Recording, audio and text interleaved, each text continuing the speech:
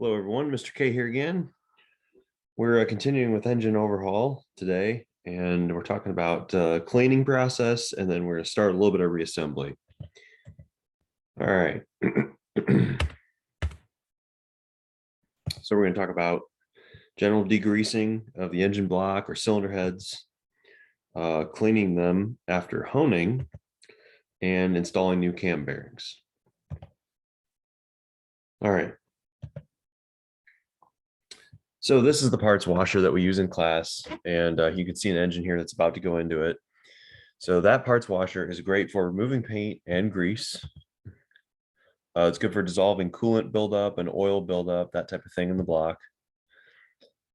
But it only really works effectively if you remove all the freeze plugs and oil galley plugs before you put it in the parts washer.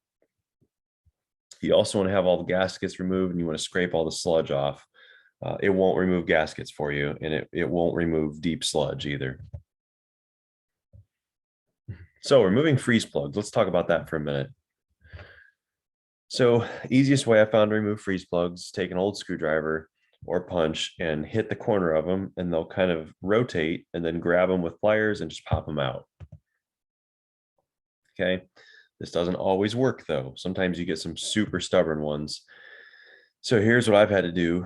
In the past, I've had to actually drill holes in them to kind of relieve the pressure, and then take a punch, put it through the hole, and then kind of pry them out with the punch. So sometimes you may have to do that. This is on a Ford V6 4-liter, by the way. All right, oil galley plugs. Most of them are just going to thread out. So you can see right there, you've got 3 of them.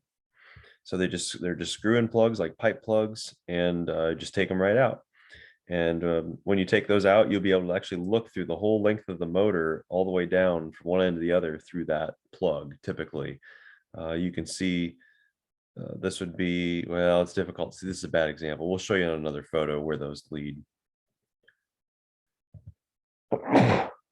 Okay. So some newer engines don't have screw-in plugs, they actually have press-in oil galley plugs like this.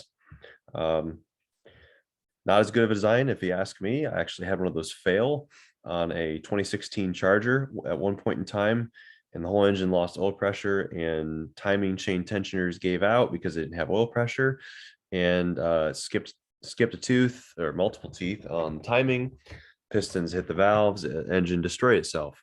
Engine with I think that only had about 60,000. No, it had less than 60,000 miles, because that was when the warranty expired. Had 55,000, I think. So they do pop out. I'm not a firm believer in these, but newer engines are using them.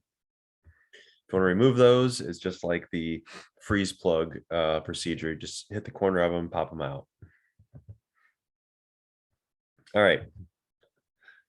So we talked about this a little bit earlier, but remove excess sludge and gaskets before you put it in the parts washer, or else it's not going to work very well. Solvent doesn't melt gaskets. Okay. Reminder, if you're working on an iron block or iron heads, so typically, you know, stuff older than about 1990, you can use razor blades, you can use scrapers most of the time, and you'll be okay. Won't gouge into the metal. However, if you're working with aluminum blocks, again, newer than about 1990, motorcycle engines, dirt bikes, snowmobile engines, you're going to want to use plastic scrapers, wood, or aluminum scrapers. Or you can use this thing. A lot of people call this a roll-lock wheel, and it's kind of these little ceramic plastic bristles on a disc. And as you spin it around rapidly with a die grinder, it knocks off gaskets. So they work pretty well, but they're really expensive. They're about $10 per wheel. So I'm not a huge fan of them. All right, so you get all that done, and you're ready for the parts washer. You load it in. One thing you need to be aware of is that the solvent in a lot of parts washers is corrosive or causes corrosion. It doesn't prevent rust, it causes it. So it washes all the grease away, and then it can make it rust even faster than if it was just water. So you really got to be aware of that. And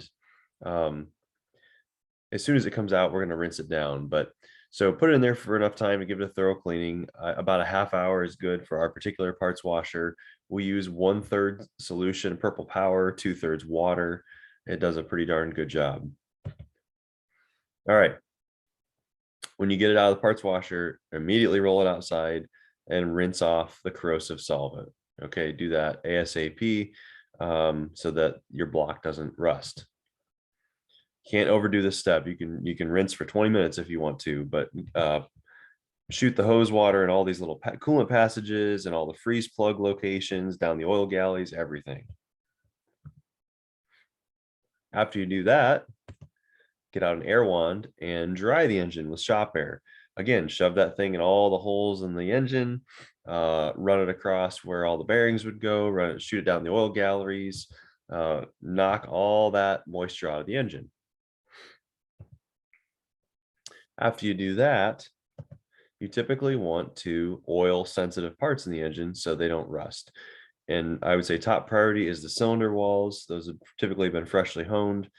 Spray some WD-40 or 10W30 or something like that on a rag and wipe down your cylinder walls. I also personally wipe down my head gasket mating surfaces and well, any mating surface for that matter. So I probably don't have to, but I do. Also, lifter bores in the engine block is a good thing to wipe down. So it's worth noting here that honing grit after you hone an engine is extremely difficult to remove.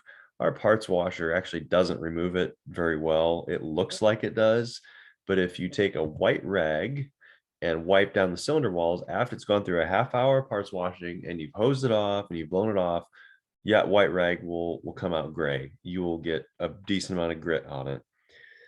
So if that happens, you typically need to rewash the cylinders with soapy water. You don't necessarily have to do the whole motor, but you got to rewash cylinders, soapy water, re-rinse them until that rag comes out clean and white, because you got to get that honing grit out of there. All right. Once you're satisfied with your cleaning, this is the time when I would put new cam bearings in. This is what it looks like putting new cam bearings in. Okay, we'll show you the tool here in a minute in the video, but they're cam bearings. You can see in the bottom there, a press fit. They require a special tool, about a $300 tool if you get the cheap one, and it's pretty easy to screw them up. So kind of pay attention to this part, take it slow, try to do it right. That's what the tool looks like. That looks like he's either just pressed a cam bearing out or is about to press that one back in. There's an oiling hole in every cam bearing. You can see it in these actually have two oiling holes down at the bottom right. This one appears to have one. That has to line up, excuse me, with the oil hole in the block. If it doesn't, that cam bearing is going to get no oil and it's going to be toast very quickly when you fire the engine back up. Okay. Here's an example of a cam bearing that was installed so the hole lined up with the hole in the block, but they didn't press it in far enough. All right. So again, they probably got a decent clocking on the bearing, but they just didn't go in far enough. It doesn't line up. Here's one that they went in far enough, but the bearing was rotated. It was kind of installed at the wrong angle. It was rotated a little bit, and you can see it just doesn't line up there. And this would be an example of a good one. This is what you want to see. That oiling hole in the bearing lines up nicely with the block. Sometimes they're more of a notch, but either way lines up well. That's what you want. This one as well appears to line up almost perfectly with the block. Again, that's what you want to see. At this point, go ahead and pause my video and watch this one. All right, you should have just watched that video. And that's a good demonstration of camshaft bearing install or removal. Make sure you knock out your assignment and have a good day.